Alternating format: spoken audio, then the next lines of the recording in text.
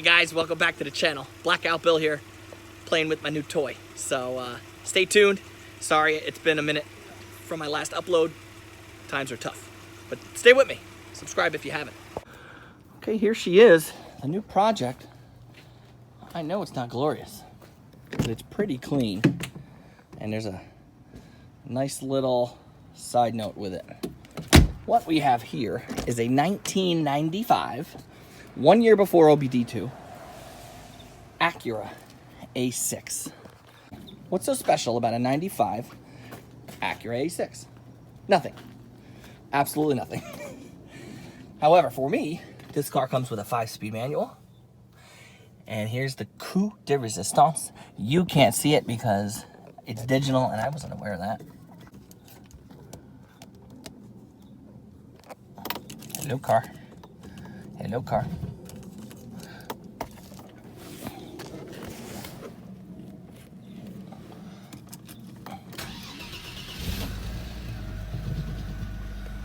Okay. Brake is on. Heat brake's on. Okay, know nothing about Audis. I'm learning as I go. Okay, stand by. All right, I see it. It's just hard to read. 67,000 miles. How cool is that? 67,000 miles. This thing is like brand new.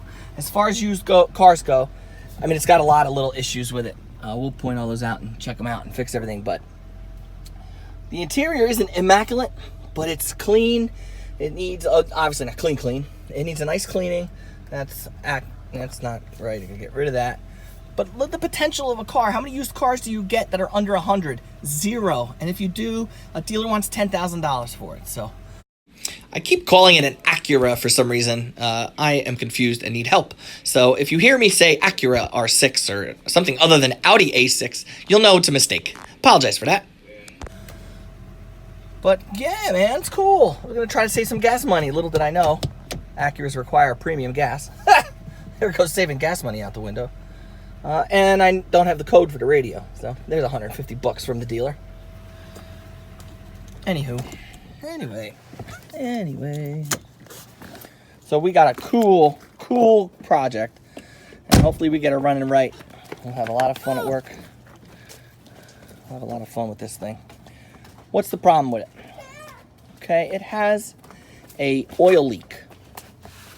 Don't know what from yet. Gonna figure that out. So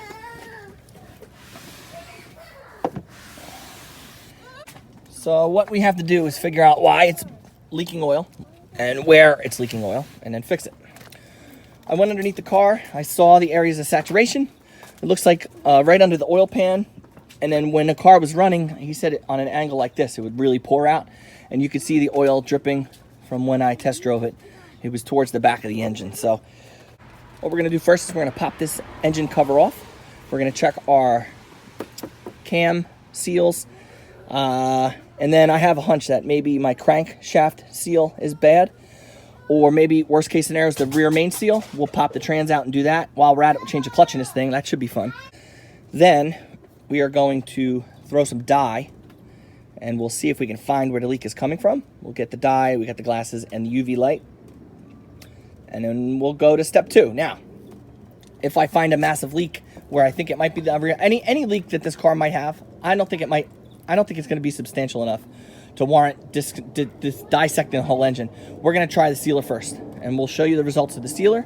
I'm going to try the A205 stuff, or A something. I'll show you what I got. However, I did check the oil, and a lot of oil has leaked out already, but I just checked it when I got it up on the jack stands, and I'm showing full. So I have a sinking feeling that maybe when they did the last oil change, they overfilled it. If they overfilled it, it could have overflowed one of the seals, probably blew out a seal, but you never know. Sometimes you get lucky.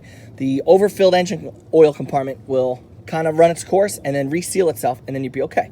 So what we're going to do is we're going to change the oil. First, we're going to throw the dye in, run the engine, see where the dye pops out. Then we're going to change the oil, and we're going to put sealer in it and see if the sealer fixes it. If the sealer doesn't fix it, then we will go to step 2, find out exactly, well, once we know where the leak is coming from, then we will take those apart and we'll fix it. Stay tuned. All right, first we're going to drain the oil out of it. Actually, what we did first was we threw the dye on it and we hit it with the glasses, but we can see where the oil's leaking. Looks to be towards the head and possibly the rear main seal, but it's not as bad as originally thought. I think it was overfilled.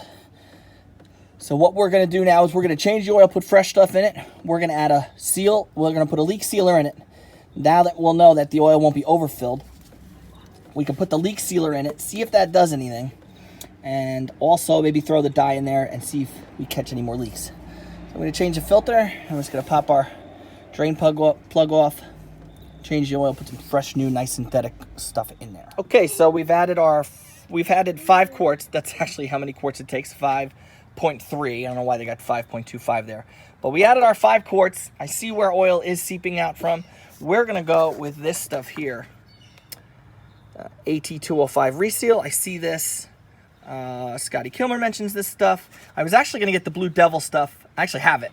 But we're going to go with Scotty's recommendation first. And if this don't work, we will see if we can use the other stuff. Because I don't think it's a massive leak like this guy said. I think he overdid it. But in any case, I got to follow his instructions here.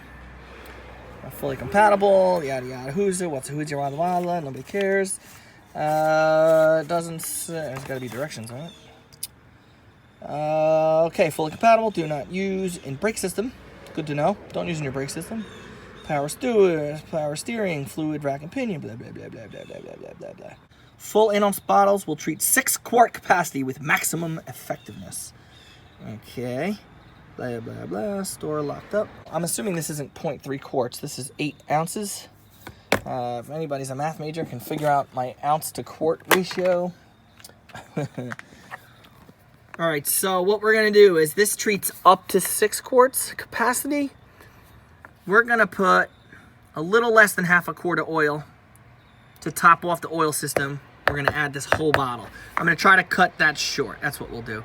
We're going to cut this short of 5.3, and we're going to add this whole bottle in, and that should give us right about 5.3 total quarts, which is what this engine capacity is. Okay, and I don't want to say I'm over full, but I definitely have.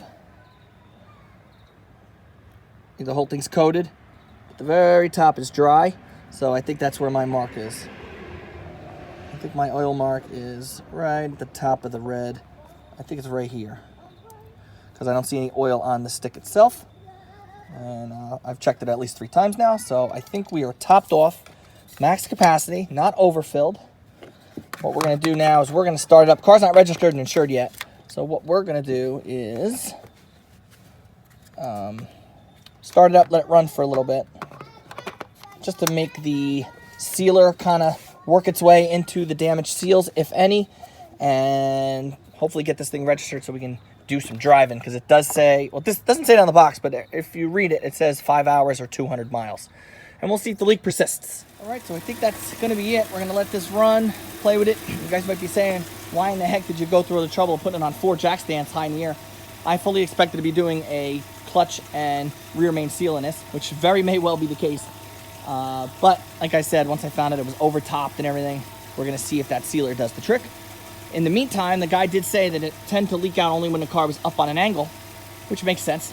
So maybe if that sealer works itself in with the car level, we'll be able to drive it back and forth to work a couple times before any major work has to be done. So